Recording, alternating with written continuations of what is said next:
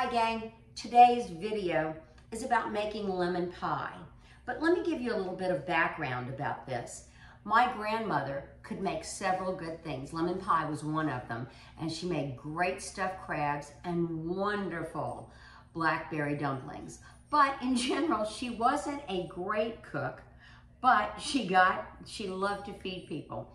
And so her lemon pie was phenomenal. And she would always make it for me for special occasions.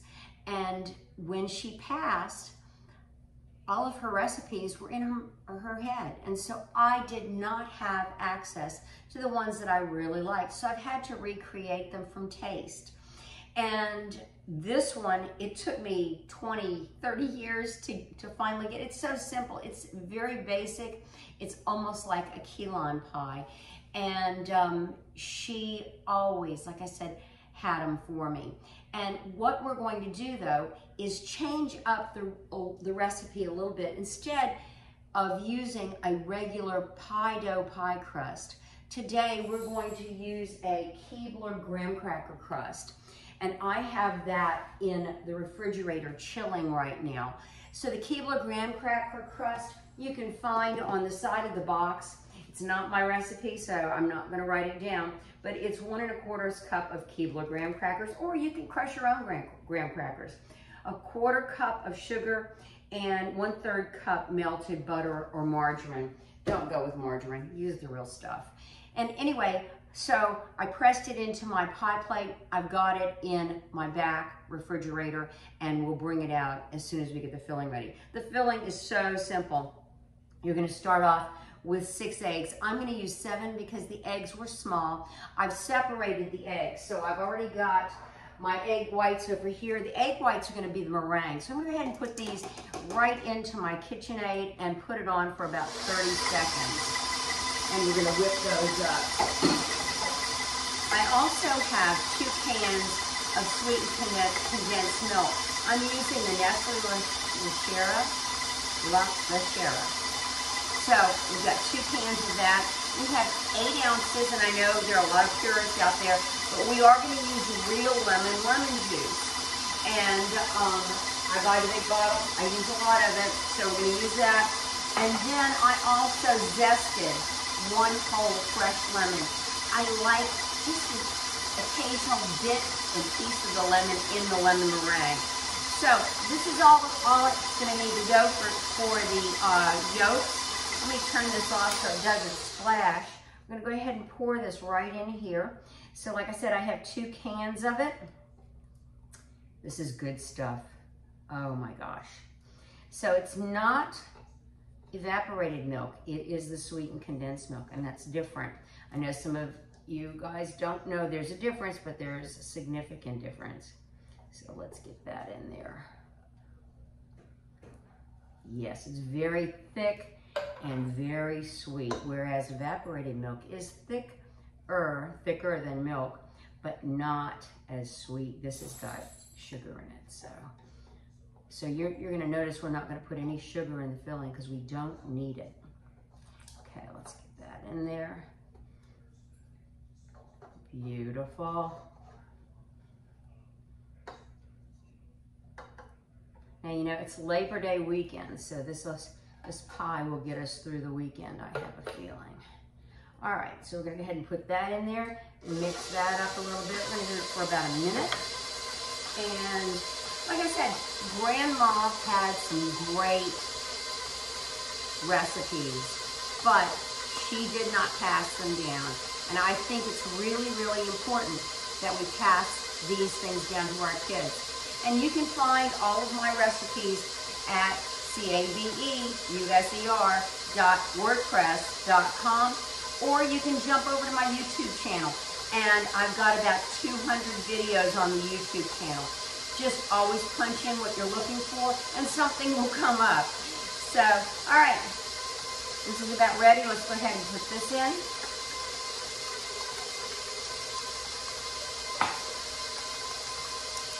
And we're going to go ahead and put, this is my lemon zest. Let's go ahead and put the lemon zest. And she used to put a lot more lemon zest than I like.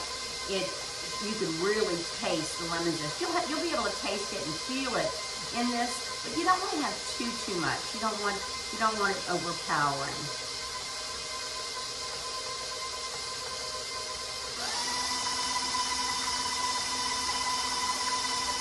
Make sure that's all mixed up. Let's drop this down. Whoop, we lost the beater.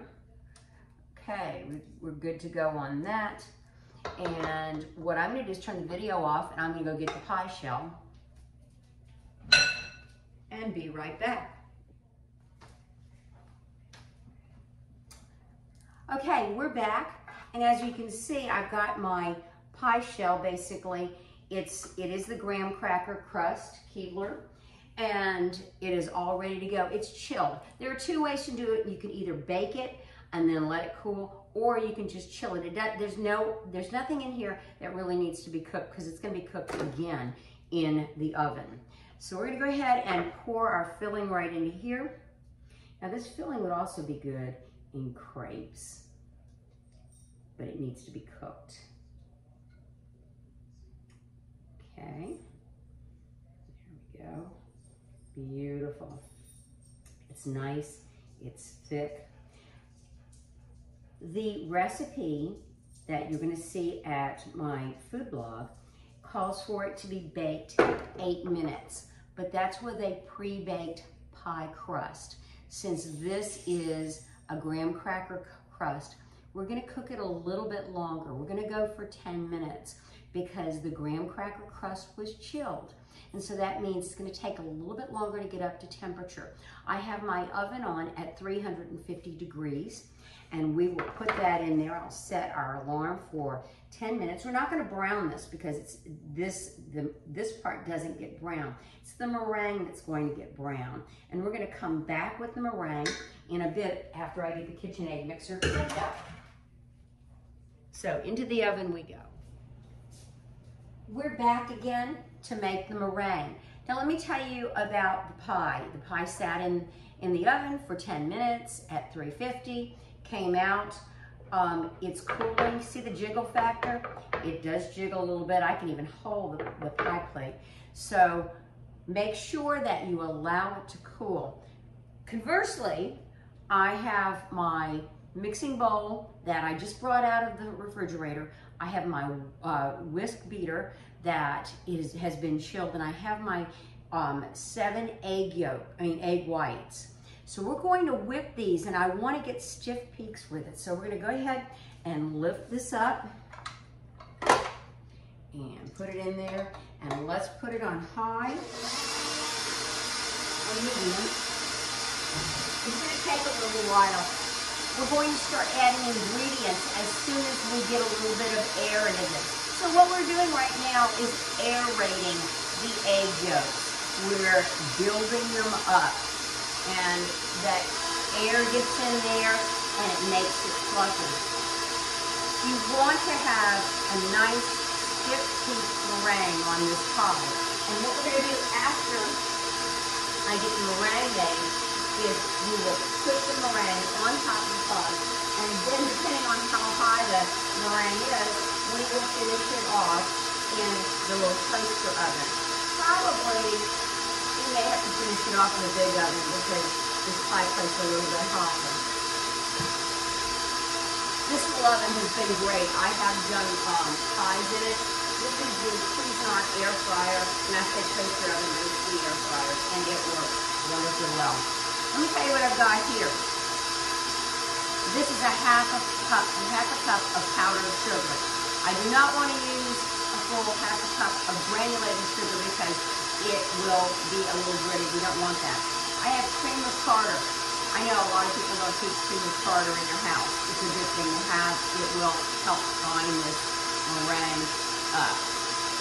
One important thing about meringues, when you go to make them, your bowl needs to be totally dry and it needs to be totally clean. If you have bits and pieces of something else in there, or a little dab of chocolate or whatever from your last batch of chocolate chip cookies, you are not going to get the right product.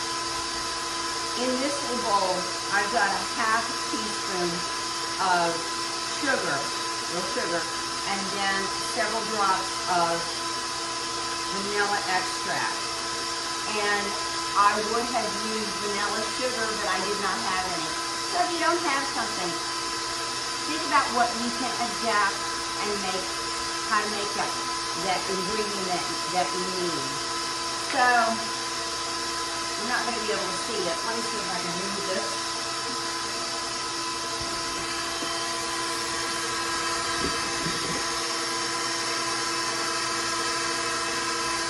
As you can see, it's starting to get fluffy.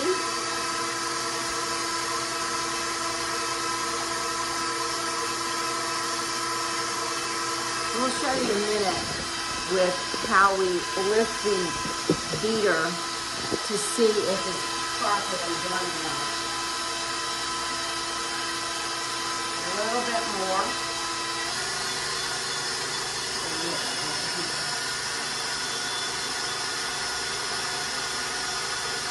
These are great tools.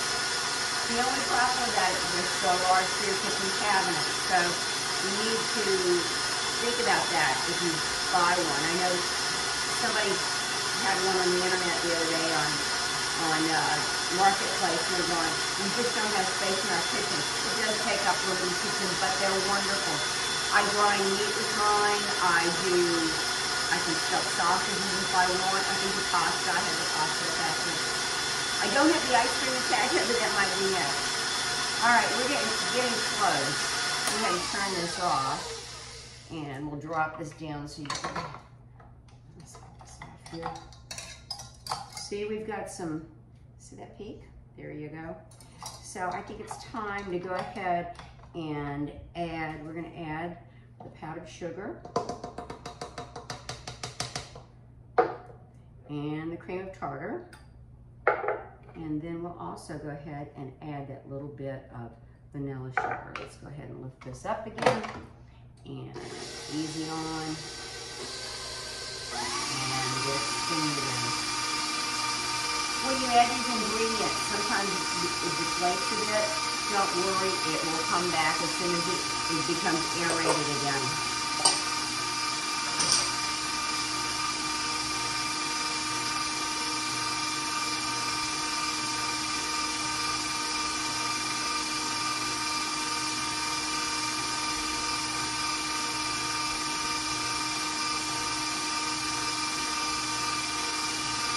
After we get the meringue ready and put it on here, we're going to bake this again for 8 to 10 minutes.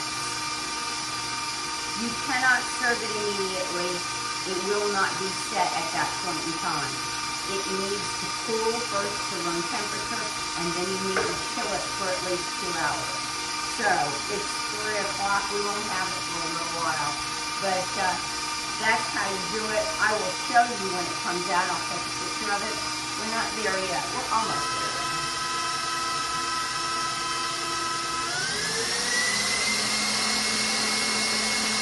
We are there. Okay.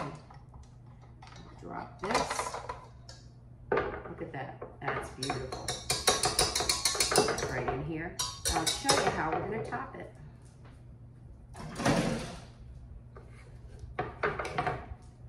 Get my spatula.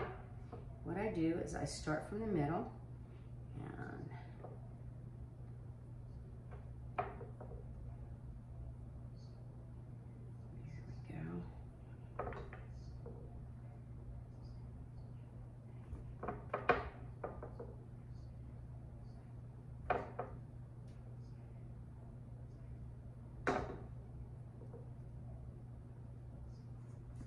I'm so excited. I love this pie. And today's Chrissy's birthday. We might even take her over a piece later on.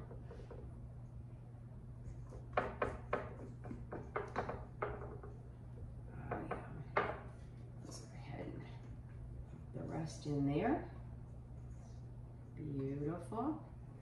And then we're going to come around and sort of press it down, lifting the spatula to get some swirls, peaks and swirls. There we go. There you go. Try to get it all covered in there. Do a couple dips and twirls. I'm not an artist, but I like to eat. So sometimes it doesn't make any difference how many swirls or how many peaks, as long as it tastes good. All right. See if we've got any more. Finish off the top. Bam. There it is. And we'll go ahead and we'll pop that. We'll go ahead and pop that in the main oven. And in about 8 to 10 minutes, I'll show you what it looks like.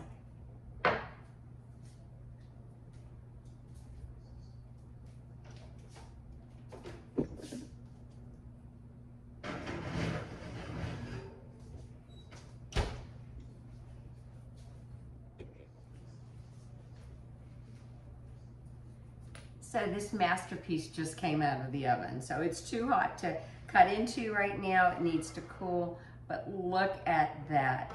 It's got the brown peaks and it is perfect. So we cooked it, baked it in the oven for another 9 minutes and at 350. So there's 2 baking times, the first baking time and the second. Grandma Nita would be so proud to see this. And we'll have to try some of her other pies. She did make a good pumpkin pie. And she also made a really good sweet potato pie. So maybe we'll experiment with that as we get closer to the fall. But I hope you have a great Labor Day weekend and be safe out there and be nice to each other.